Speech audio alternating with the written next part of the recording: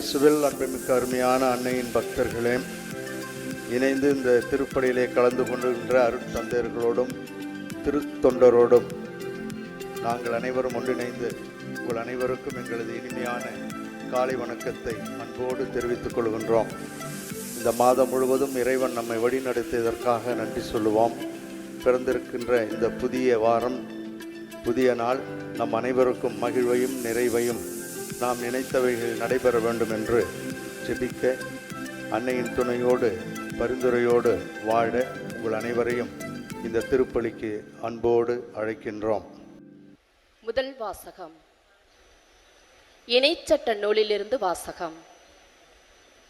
அந்நாளில் மோசே மக்களிடம் கூறியது: உன் கடவுளாகிய ஆண்டவர் உன் சகோதரர் நடுவினின்று என்னைப் போல் ஓர் இறைவாக்கினரை ஏற்படுத்துவார்.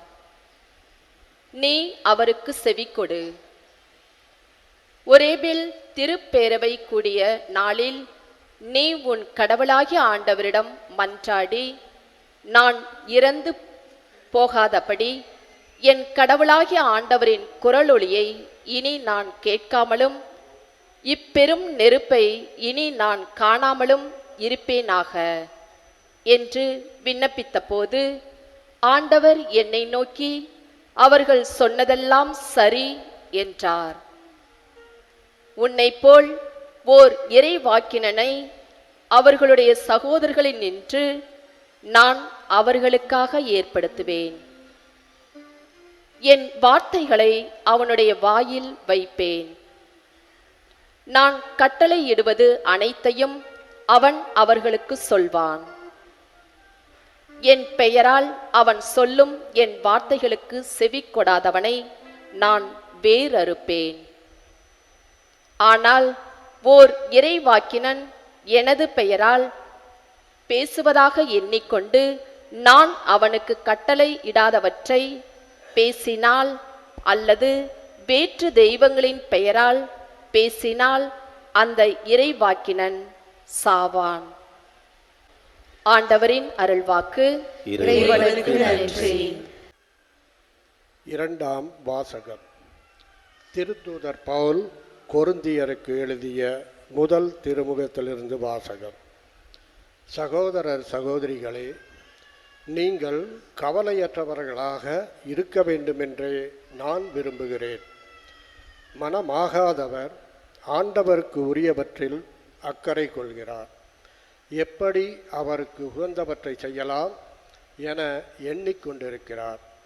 ஆனால் மனமானவர் உலகுக்கு உரியவற்றில் அக்கறை கொள்கிறார். எப்படி தம் மனைவிக்கு உகந்தவற்றை செய்யலாம் என எண்ணிக்கொண்டிருக்கிறார். இவ்வாறு அவர் மனம் பிளவுபட்டுள்ளது. மனமாகாத பெண்ணும் கன்னி பெண்ணும் ஆண்டவருக்கு உரியவற்றில் அக்கறை கொள்வதால் அவர்கள் உடலிலும் உள்ளத்திலும் தூயோர் ஆகின்றனர். ஆனால் மனமான பெண் உலகுக்கு உரியவற்றில் அக்கறை கொள்வதால் எப்படி தம் கணவருக்கு உகந்தவற்றை செய்யலாம் என எண்ணிக்கொண்டிருக்கிறார்.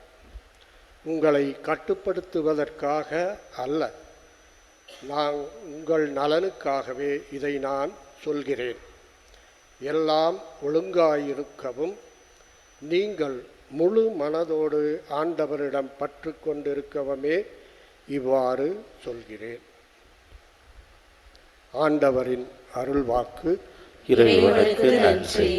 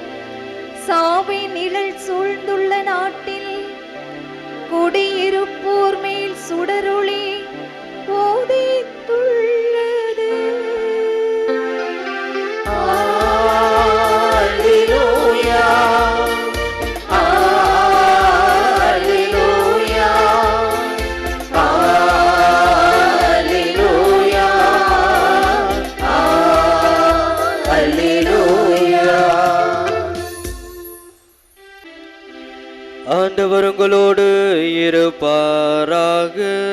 உம் ஆன்மாவோடும் இருப்பாராக. மார்க்கு எழுதிய தூய நற்செய்தியிலிருந்து வாசகம். ஆண்டவரே மாட்சி உமக்கே. ஒருமுறை இயேசுவும் அவர் சீடர்களும் கப்பர்நாகும் ஊரில் நுழைந்தார்கள். ஓய்வு நாள்களில் இயேசு தொழுகை கூடத்திற்கு சென்று கற்பித்து வந்தார்.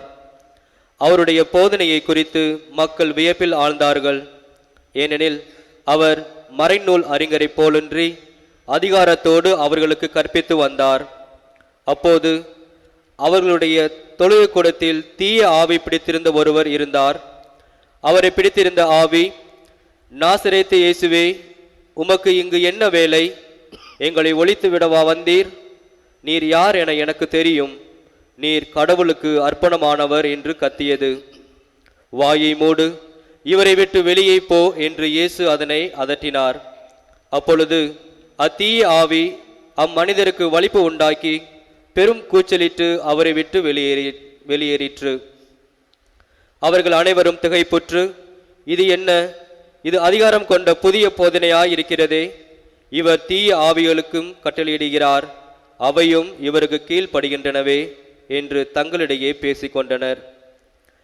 அவரை பற்றிய செய்தி உடனே கலிலேயாவின் சுற்றுப்புறம் எங்கும் பரவியது.